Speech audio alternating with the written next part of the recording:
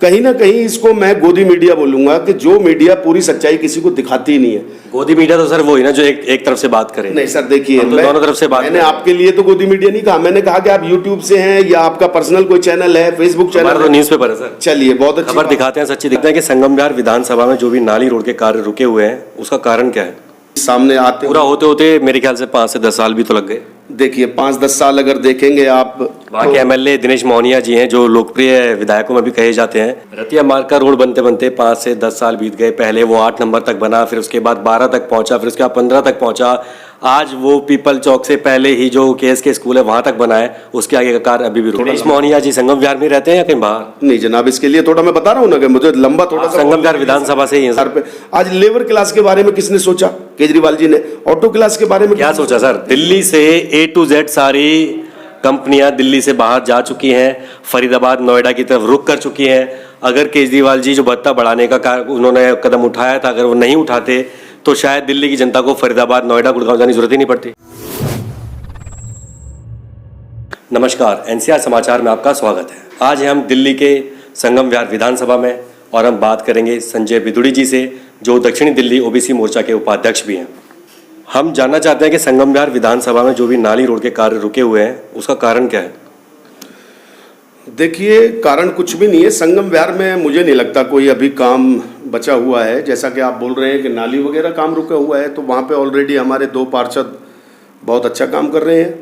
हमारी उर्मिला यादव जी हैं, जितेंद्र उर्फ जीतू जी हैं। तो काम तो रुक रुक के चल रहा है ना? नहीं, काम देखिए कारण कई हो जाते हैं। जैसे अभी आपने देखा कि पुराना कार्यकाल जो कोरोना पीरियड, कोरोना महामारी का जो एक कार्यकाल हम गुजार चुके हैं, पिछले कुछ समय से थोड़े से होल्ड पे थे और काम करने भी लगे थे कि महामारी ने थोड़ा रेस्ट लिया, छूटे तो लोगों ने काम के प्रति अपना रुख दिखाया। लेकिन अब फिर आप देख रहे हो कि कोरोना महामारी फिर एक चरम सीमा पे है। जो मेन रोड का रतिया मार्ग का कार्य है वो रुक रुक कर काम चल रहा है, उसका कारण क्या है?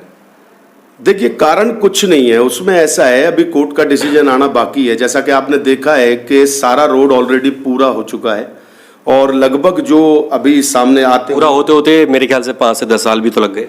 देखिए 5-10 साल अगर देखेंगे आप, वहाँ के एमएलए दिनेश मोहनिया जी हैं जो लोकप्रिय विधायकों में भी कहे जाते हैं। रतिया मार्ग का रोड बनते बनते 5 से 10 साल बीत गए। पहले वो 8 नंबर तक बना, फिर उसके बाद 12 तक पहुंचा, फिर उसके बाद 15 तक पहुंचा। आज वो पीपल चौक से पहले ही जो KSK स्कूल है वहां तक बना है, उसके आगे का कार्य अभी भी रुक गया है। देखिए इस पर थोड़ा सा आपको फिर समय मुझे अभी देना पड़ेगा बोलने के लिए। मैं अगर जवाब दूं आपको तो थोड़ा। दिनेश मोहनिया जी संगम विहार में रहते हैं या कहीं बाहर? नहीं जनाब, इसके लिए थोड़ा मैं बता रहा हूँ ना कि मुझे लंबा थोड़ा सा। संगम विहार विधानसभा से ही है सर? हाँ, मैं संगम विहार विधानसभा से हूँ। तो एमएलए से तो मिलते ही होंगे? मेरा निवास है। 8 नंबर में रहते हैं तो एमएलए से भी तो मिलते ही होंगे। हाँ बिल्कुल, रोज डेली मिलते हैं। देखिए ऐसा होता है, अभी पार्टी ने चुनाव की जिम्मेवारी दी हुई है दिनेश जी को, एमएलए साहब को। तो वो अभी दिनेश जी अभी कभी उत्तराखंड कभी दिल्ली, दोनों तरफ। ये देखिए कि सबसे बड़ी विडंबना ये है कि देखिए आप सोशल मीडिया से हो चाहे यूट्यूब से हो, मुझे नहीं पता, लेकिन कहीं ना कहीं इसको मैं गोदी मीडिया बोलूंगा कि जो मीडिया पूरी सच्चाई किसी को दिखाती ही नहीं है। गोदी मीडिया तो सर वो ही ना जो एक तरफ से बात करे। नहीं सर, देखिए तो दोनों तरफ से बात। मैंने आपके लिए तो गोदी मीडिया नहीं कहा, मैंने कहा कि आप यूट्यूब से हैं या आपका पर्सनल कोई चैनल है, फेसबुक चैनल तो न्यूज पेपर है सर। चलिए बहुत अच्छी खबर दिखाते हैं, सच्ची दिखाते हैं, सबके सामने दिखाते हैं। देखिए थोड़ा सा आपको भी जवाब तो लेना पड़ेगा। जवाब ले रहे हैं ना सर? आपने कहा कि भाई 10 साल 5 साल हो गए, रोड नहीं बना, KSK तक बन गया, वहां तक बन। मैं कह रहा हूं पूरे संगम विहार के अंदर आप सर्वे करिए मेरे कहने से। मैं आपके साथ चलने के लिए तैयार। अब गरीब जनता जो मात्र 7-8 हजार रुपए की सैलरी पे काम करते हैं, लगभग 10 हजार पे। आज लेबर क्लास के बारे में किसने सोचा? केजरीवाल जी ने। ऑटो क्लास के बारे में क्या सोचा सर? दिल्ली से A to Z सारी कंपनियां दिल्ली से बाहर जा चुकी हैं, फरीदाबाद नोएडा की तरफ रुख कर चुकी हैं। अगर केजरीवाल जी जो भत्ता बढ़ाने का उन्होंने कदम उठाया था, अगर वो नहीं उठाते तो शायद दिल्ली की जनता को फरीदाबाद नोएडा गुड़गांव जाने की जरूरत ही नहीं पड़ती। देखिए इसमें 2 चीजें हैं सर, थोड़ा सा समय लगेगा, समय देना मुझे बोलने का। उसमें 2 10 साल दिए सर? नहीं सर, 10 साल नहीं। देखो ये कानून कुछ अभी से जो लेबर क्लास के लिए और जो आपने अभी भत्ता कानून जो बनाया वो भी कुछ सालों से बनाया है। कुछ सालों से आपने इतनी चेंजिंग देखी है दिल्ली के अंदर कि जो चोर प्रथा के जो लोग थे, जो कंपनियां फैक्ट्रियां चलाते थे, उन्होंने देखा कि केजरीवाल जी ने डायरेक्ट गरीब को उसके हाथ में पावर दे दी। जो आदमी 6,000 5,000 की सैलरी पे काम करता था, मजबूरी थी, उसके घर चलाना बस की नहीं था उनके, और आज उनको डायरेक्ट 13,000 14,000 रुपए का मालिक बना दिया केजरीवाल जी ने। सर कहाँ बना दिया? देखिए दिल्ली में जो कंपनियां थी उनको 8,000 7,000 9,000 जो मिल रहे थे, आज वो कंपनियां दिल्ली से बाहर हैं, उन्हें आज भी हरियाणा में जो ग्रेड है 8,200 या 8,300, अब वो यहाँ से वहाँ तक जाएगा ट्रैवल करके, समय बर्बाद करेगा, उसके बाद किराया लगाएगा, तो उसको तो 5-6 हज़ार नहीं सर, उसके लिए भी देखिए केजरीवाल जी को इस पर तो ध्यान देना चाहिए। अभी उसके लिए भी बहुत स्कीमें बिल्कुल लगभग तैयार हैं। क्या आपको दिल्ली से अलग किसी स्टेट में जाके ये सुनने को मिला कि जितना केजरीवाल जी ने काम किया है शिक्षा पे, स्वास्थ्य पे, पानी पे, बिजली पे, रोड पे, नालियों पे, लाइट पे, स्वास्थ्य पे, बस फ्री कर दी लेडीजों के लिए, क्या ये मूलभूत सुविधा हमको नहीं चाहिए क्या? ये तो सर लालच है ना सर, कैसे वोट बैंक, वोट बैंक बताइए। वोट बैंक आपने वोट दिया है ना, बिल्कुल दिया, आप टैक्स देते हो ना, बिल्कुल देते हैं। हमने अगर ईमानदारी से वोट दिया है, ईमानदार सरकार चुनी और हम टैक्स देते हैं अपनी खून पसीने की कमाई से, तो वही टैक्स अगर कोई नेता सर 200 रुपये में कुछ नहीं जाता है। 200-300 रुपये की जो आप रीडिंग फ्री कर रहे हैं लाइट का, अगर वही 200-300 रुपये इकट्ठा किया जाए तो हर साल में एक हॉस्पिटल बन सकता है। सर हॉस्पिटल बन सकता है, उसके लिए तो सीएम साहब ने हमारे ने कितना काम किया है, ये आपने शायद नहीं देखा। दक्षिणपुरी में हॉस्पिटल ओपन हुआ है, उनको अपनी अभी ये रहा, बिल्कुल अंबेडकर नगर में चले जाइए आप, कब ओपन हुआ? सबसे बड़ा हॉस्पिटल इस साउथ दिल्ली का सबसे बड़ा। कांग्रेस ने किया था? नहीं, देखिए ये अब उद्घाटन कांग्रेस ने किया था। देखिए ये मीडिया का काम शीला दीक्षित जी ने किया था। मीडिया कहीं के सज्जन कुमार जी उस टाइम जेल के अंदर नहीं थे, बाहर थे, उस टाइम पर उसका उद्घाटन हुआ। आपने एक नींव रखता हुआ देख लिया, लेकिन जिसने उसको बना के पनप के बिल्कुल ओपन किया, उसके कार्यकाल को आप कार्यकाल नहीं कह रहे हो, काम को काम नहीं कह रहे हो। क्या काम किया बताइए काम आपके कितने फ्लाईओवर बनाए? फ्लाईओवर तो आपके सामने है, जो फ्लाईओवर लगभग और सरकारों के 15 साल सरकार सीएम शीला दीक्षित जी रही, उनमें उन्होंने जो 300 400 करोड़ रुपए में एक फ्लाईओवर बने, वो 200 करोड़ रुपए में अरविंद जी ने फ्लाईओवर बनाया। कौन सा फ्लाईओवर? बहुत फ्लाईओवर है जिनके नाम में आपको लिस्टेड करा के और पूरा चिट्ठा दे दूंगा।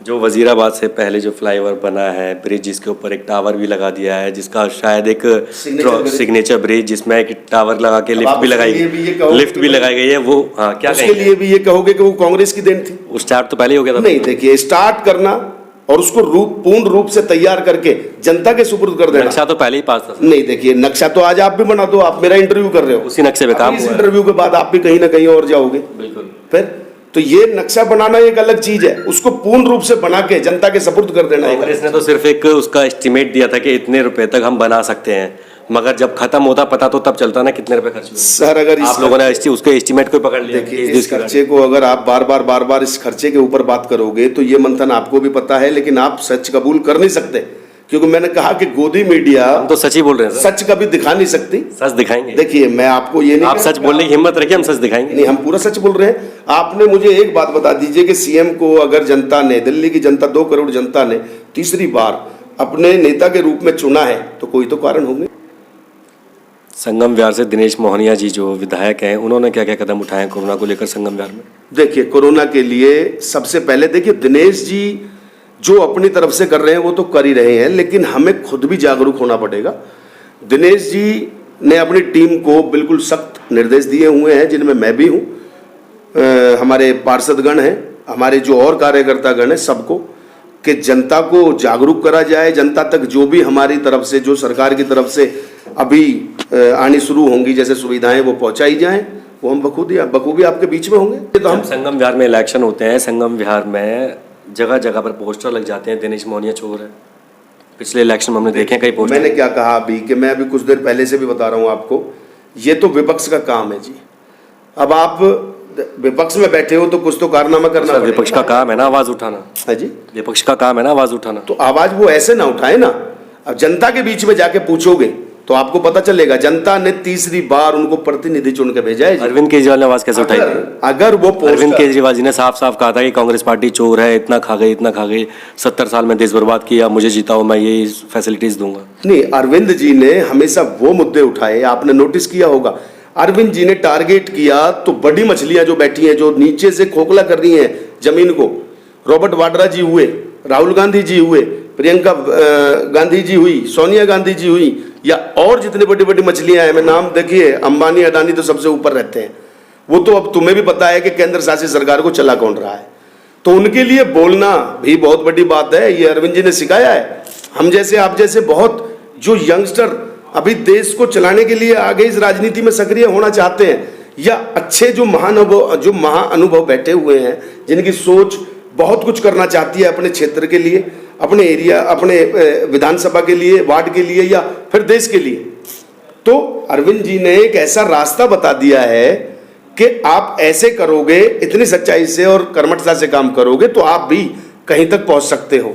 संगम विहार विधानसभा में पानी की किल्लत सबसे ज्यादा है और अभी तक घर घर पानी पहुंचा नहीं है। जी हाँ, पानी की बात कर रहे हैं।